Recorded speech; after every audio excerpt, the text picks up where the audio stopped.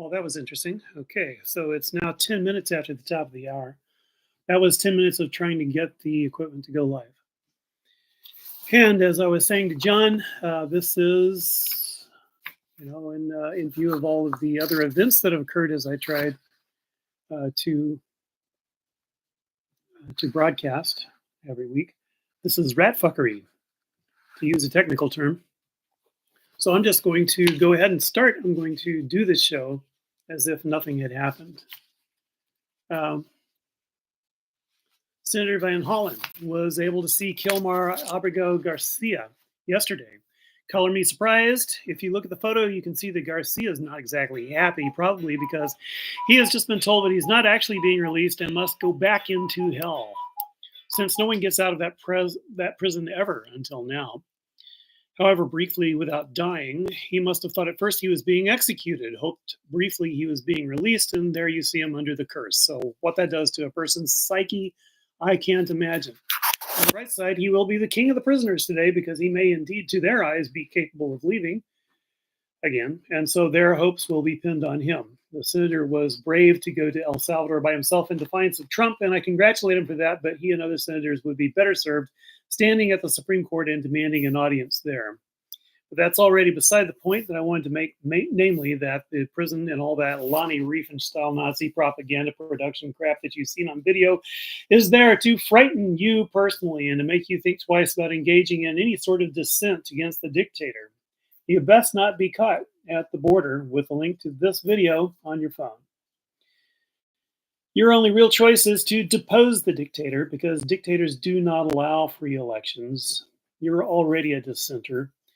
Case in point, the most recent election, which, yes, was stolen via gerrymandering, intimidation, removal of polling machines in places, vote challenging by the millions, or in other words, vote theft, and of course, the tabulator hack that changes votes after the first 250 entries in the swing states.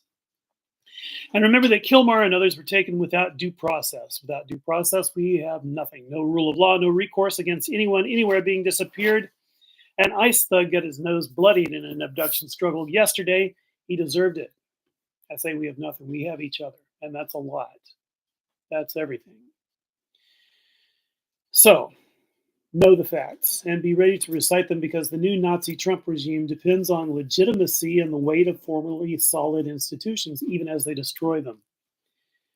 They also depend increasingly on terror, which is why that video is going around of the ICE stormtroopers breaking in the windows of a car to extract someone they weren't even supposed to be looking for. Of course, all Americans imagined that happening to them. That was the point.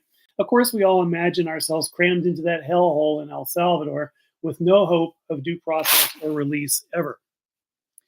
This is not the first time in living memory that terror has been used against the U.S. people by a Republican administration. The 9/11 events were used first to get the Patriot Act passed before Congress even had a chance to read it, and there was a hell prison involved in that too for anyone who dared oppose the vicious imperial bombings that George Bush arranged in the Middle East oil field nations. Do I need to say Guantanamo?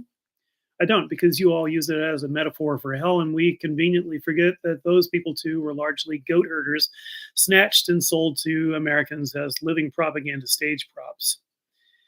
I'm glad to see the slippery slope to authoritarianism voices fading. Oh, we're on the slippery slope to authoritarianism. No, we're not. We slipped down that slope. That part's well over, and we are now under a rapidly metastasizing Nazi-aligned total terror dictatorship whose purpose is to bring about a new, utterly impoverished, desperate, powerless serf state whose master will rule without law or principle. We know, and they know, that the hell state must be fully in effect long before the midterms. Because they can see what's happening at those town halls too. They know that, unlike the rest of U.S. history, the phone lines and the emails of Congress are jammed with dissent. They know they would lose in the midterms if they were legitimately held in history's greatest landslide. So that's not going to happen. There will be no fair and honest midterms. You won't be allowed to win the midterms. Stop saying we'll beat them in the midterms. We will beat them in the streets and with the cooperation of portions of the armed forces. All is not lost as long as you're willing and able to fight. In fact, the dictator and the retinue are afraid because they know they have gone too far, so they bluster, saying, for example, that the First Amendment is over. It is not. Far from it. But exercising your First Amendment rights has become 1,000 times as necessary, even as the Nazi Stephen Miller Musk Trump regime tries to make it more frightening. The more we demonstrate now, the more we arrange strikes and build to the general strike, the more violence we can avoid. If we can intimidate the Trump regime into fleeing power, if we can galvanize Congress into invoking the 14th Amendment, Section 3, eliminating insurrectionists, we can avoid a bloodbath. If we shiver at our desks and accept illegal firings, we might as well be with the Nazis.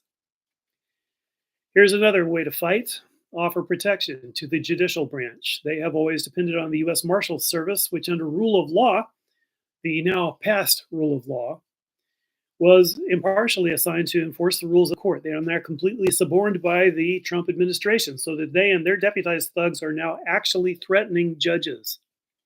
We must stand against them, and don't worry, we greatly outnumber them. We, the people, must offer our protection to the Supreme Court, and we will see their attitude toward the Trump administration change. That and the other courts will change their attitude, will offer more specific and more bold rulings when they realize that the people will stand with them to protect them against the U.S. Marshal Service. Some of them don't deserve it, so it's rather ironic, isn't it? But there is no separation of powers until the courts and Congress can operate without fear. We've lost that. To regain it,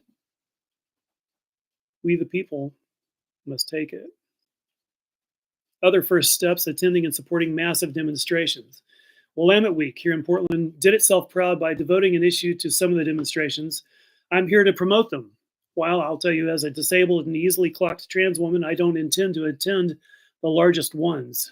So far, they've been allowed to be peaceful, but the trap will be sprung soon with provocateurs, and I can no longer run. I've been to uncounted demonstrations and have stared right down police gun barrels. I've been arrested in the trees. I make no apology for being cagey about my public appearances. I also think that people of color, particularly Black African-descended persons, should stay well away, as police tend to strike people of color first.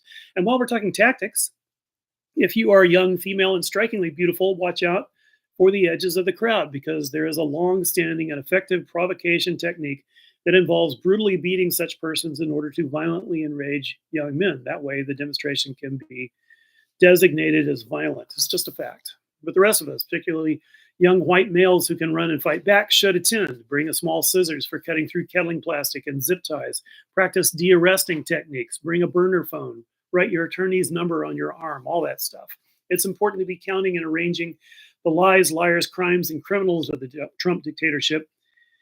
We need to be readying the courts and the facilities for eventually processing them.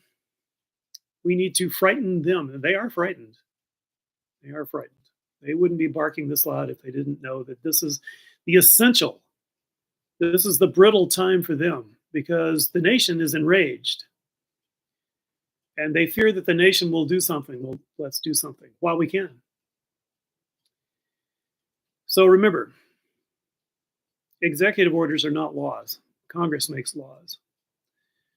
The Constitution and its amendments are in effect. We must effectuate them, to coin a phrase. There are things happening that are errors on their part that we can take advantage of. For example, the selection of Hegseth guarantees the loss of loyalty within the armed forces. Not all of them, but we don't need all of them. The earthquake and disasters first responders net must also become the dictatorship disaster recovery net for Portland. That's looking ahead a bit. So I mentioned de-arresting techniques. We must also begin to think in terms of prison break capacity, field hospitals, escape and anti-detection techniques, safe houses, alternate communications. This is the time to gear up. This is the time to practice. So all that's pretty heavy, but not as heavy as living under a dictatorship. And then to wrap up this particular broadcast, I did encounter the blocks. I didn't change anything to be broadcasting 10 minutes later. This broadcast is being blocked at 9 o'clock on Fridays. That is our time.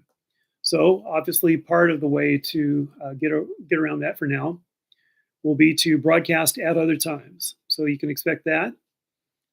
As Anonymous says, expect us. They don't stutter when they say it, perhaps because they use a voice producer. And thank you very much for being here. And it's so nice to see your comments and know that you're there listening to this live.